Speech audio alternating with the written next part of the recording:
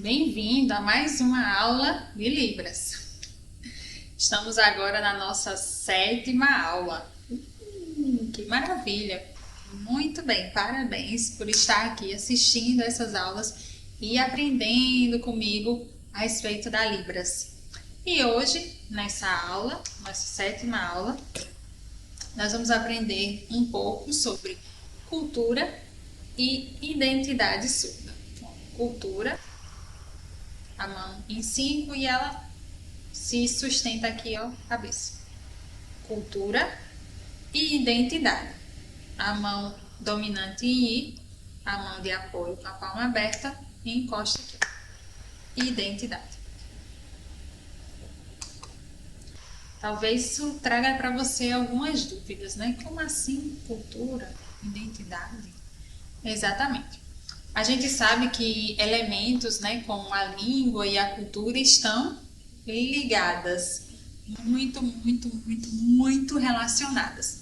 Então, a língua, ela traz aspectos culturais, né? O nosso modo de falar, né? O nosso modo de se referir às coisas. O modo como usamos a língua é um reflexo, né, da nossa cultura, da sociedade, da maneira em que nós vivemos e da maneira que nós precisamos usar essa língua, né, de acordo com as nossas relações. Então, as pessoas surdas, né, por usarem a Libras ou língua de sinais, e eles têm uma experiência visual, ou seja, eles percebem o mundo de forma visual. Então, isso vai trazer para eles uma cultura diferente e identidades diferentes também. Então, como cultura, existe uma autora, uma professora surda, que é muito, os estudos dela são muito importantes e eu vou deixar aqui a dica do livro dela, que é Cultura Surda. O nome dela é Karen Strobel. Então ela traz alguns elementos da cultura surda que são importantíssimos. Eu vou fazer só um resumo aqui, porque como eu falei na aula anterior, o foco aqui é aprender Libras. Mas, como eu disse, cultura e identidade estão intrinsecamente ligadas à língua. Então, por isso é importante vocês aprenderem esses aspectos. Mas eu vou dar só uma pincelada. Então, a autora Karen Strobel, ela fala de artefatos culturais, ou seja, o que traz de elementos dessa cultura. Então, por exemplo, a experiência visual. Nós, né, enquanto ouvintes, nós captamos muito através do som, muita informação, às vezes até a conversa alheia. Mas nós vamos absorvendo muita informação através da audição. Os surdos, né, por não terem esse sentido ou esse sentido ser de certa forma reduzido, ele vai captar as informações principalmente pela visão, né? Vai captar essas informações pela experiência visual.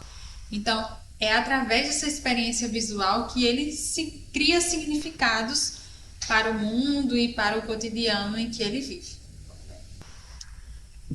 Literatura.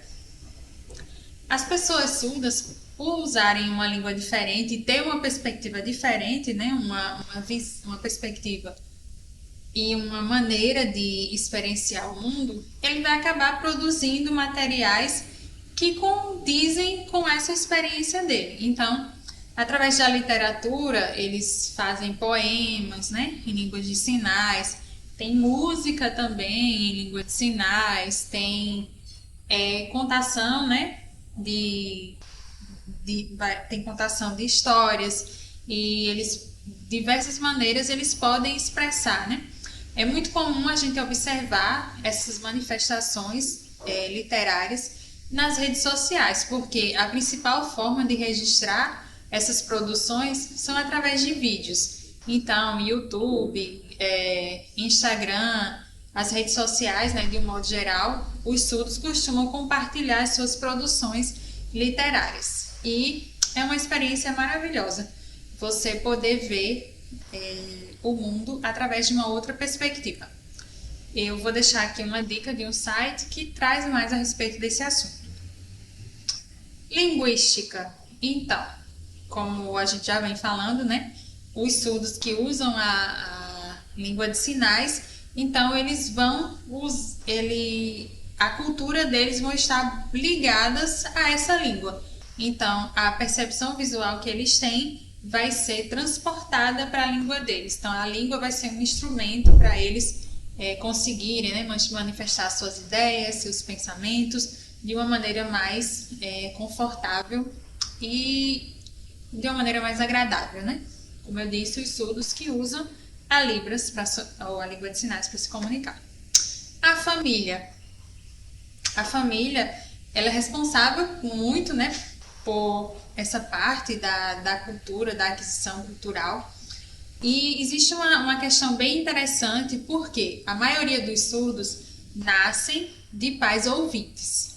Então, isso traz alguns problemas. Por quê? A maioria dos pais não se atentam em procurar fornecer, né, para o seu filho, na maioria das vezes por falta de conhecimento mesmo, que ele possa explorar essa experiência visual. Então, alguns deles só vão ter contato com a língua de sinais e adquirir de fato, né, a língua quando eles entram na escola, então acontece de modo tardio. Mas os surdos, que são filhos de pais surdos, eles costumam ter o desenvolvimento deles igual ao de uma criança ouvinte. Por quê? Como os pais estão se comunicando numa língua que é acessível para eles, né, desde pequenininho, então eles vão adquirir a linguagem na época certa, vão adquirir a língua na época certa, vão conseguir se comunicar, né, na época correta. Então eles vão ter um desenvolvimento igual a de uma criança ouvinte. As artes visuais, então, além da questão da literatura, né, da produção de texto, poemas, né, contação de histórias, existem também as artes visuais. Então, a comunidade surda, ela produz muito material, como filmes, vídeos, né? Existem surdos que são digital influencers, então eles fazem vários vídeos e colocam nas redes sociais, e são surdos que exercem uma influência, né, muito grande na comunidade surda, e eles são bem conhecidos. Então, assim, com o tempo, quando você começar a aprender Libras, né, com certeza o Instagram e o YouTube vai começar a sugerir conteúdo também nessa área. Então você vai começar a conhecer, né, surdos influenciadores, e você vai poder ter contato, né, com as produções artísticas. Tem uma série na Netflix, Crisálida, que é toda em língua de sinais e é muito boa, muito interessante, né? Recomendo para que você assista. Existem filmes também e existe curta-metragem em Libras, então é um mundo inteiro aí para ser explorado. Política. Então, como a gente viu nas aulas anteriores, é através, né, dos movimentos surdos, da luta das pessoas surdas e da comunidade surda, que os surdos conseguiram, né, garantir alguns de seus direitos. Eu digo alguns porque não todos ainda são respeitados, ainda temos um caminho pela frente. Mas, por exemplo, né, em 2002 foi aprovada a Lei de Libras, que reconhece a Libras como meio de comunicação da comunidade surda. Teve em 2010 a lei que reconhece a profissão do intérprete, né, que é uma figura importantíssima na educação de surdos e que promove a acessibilidade aos diversos espaços na sociedade, né, para pessoas surdas, visto que não é todo mundo que se comunica através de Libras. Então, assim, os movimentos políticos são importantes para que os surdos consigam, né, alcançar e consigam garantir os seus direitos. Materiais, e os surdos, eles, pela maneira diferente, né, de eles se relacionar com as coisas, então, com o mundo ao seu redor, então foram surgindo vários materiais e do qual eles utilizam, né? Então, assim, antigamente existia o TDD, que era um tipo de telefone, mas assim, você conseguia digitar uma mensagem por escrito, entendeu? E era enviada. Hoje em dia, né, já foi, porque o celular hoje cumpre bem esse papel. Mas, por exemplo, existem campainhas luminosas, né? Em vez de a pessoa tocar e fazer um barulho, você toca e ele pisca a luz para que o surdo saiba que tem alguém esperando lá à porta, né? Então, são vários materiais que são produzidos e a tecnologia hoje em dia está avançando. Então, esses materiais, né, estão sendo produzidos para atender às necessidades dos surdos. Vida social e esportiva, né? Os surdos, eles costumam se reunir em associações, né, para eventos esportivos. Provavelmente, na sua região pode ter uma associação de surdos, pode ter eventos de esportivos, né, para surdos, como futebol, vôlei, campeonatos, né, para as pessoas surdas. Então, nesses espaços, eles conseguem interagir, né, trocar conhecimento e se desenvolver também como cidadão. Um filme bem interessante para você entender essa parte de cultura e identidade surda é esse aqui, ó, A Família Bélier. Ele é de 2014, ele é um filme francês. Tem uma versão dele mais recente que ganhou até um Oscar, que é Coda, no Ritmo do Coração, que essa versão americana até ganhou um Oscar, mas a história é a mesma desse aqui. Esse aqui é o mais antigo. E eu assisti esse, A Família Bélier.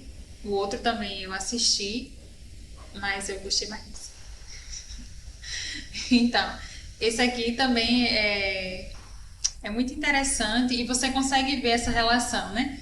Numa família em que só tem pessoas surdas e como é que elas se relacionam. Nesse caso aqui do filme, todos são surdos, exceto essa jovem aqui, loira. Ela é a única ouvinte, então ela desde pequena trabalha como intérprete para a família toda. Então é bem interessante ver essa construção familiar em relação com a sociedade. Super recomendo, vocês vão amar. Aí o detalhe é que ela tem vontade de ser cantora, né? Eu digo isso porque você imagina numa família que só tem surdos, uma pessoa querer ser cantora. Então traz alguns conflitos, né, na família e isso também rende muitas risadas. É muito bom o filme. Então, identidade surda. Eu falei para vocês desde o início, né? Eu sempre falo assim: surdos usuários da Libras, surdos que usam a língua de sinais para se comunicar. Por quê? E como a gente viu na aula de mitos também, nem todos os surdos usam a Libras para se comunicar. Exatamente. Então, ó, eu procurei colocar aqui nas imagens, né, alguns que possam te nortear para entender essas identidades. Uma autora que estuda bastante sobre identidades surdas é Gladys Perlin. E você pode procurar na internet textos dela sobre identidade surda, que é bem esclarecedor. Ela, inclusive, nomeia cada identidade e descreve essas identidades, mas nós não vamos entrar nisso nessa aula. Vamos apenas dar um resumo, né? Então, explicar para vocês que tem surdo que usa um aparelho auditivo. Ó, faz assim e faz como se ele estivesse preso aqui na orelha. Então, eles usam um aparelho auditivo, alguns falam a língua oral, alguns fazem leitura labial, alguns ouvem um pouco. Eu conheço surdos que conseguem usar o telefone quando eles estão usando o aparelho. Usar o telefone que eu digo para chamada de voz, né, para fazer ligação. Então, assim, alguns deles, além de ter usar o aparelho, ouvir um pouco, fazer leitura labial, eles ainda querem usar a língua de sinais, né? Aqui no Brasil, a Libras. Mas tem alguns deles que não querem usar e que preferem se comunicar falando.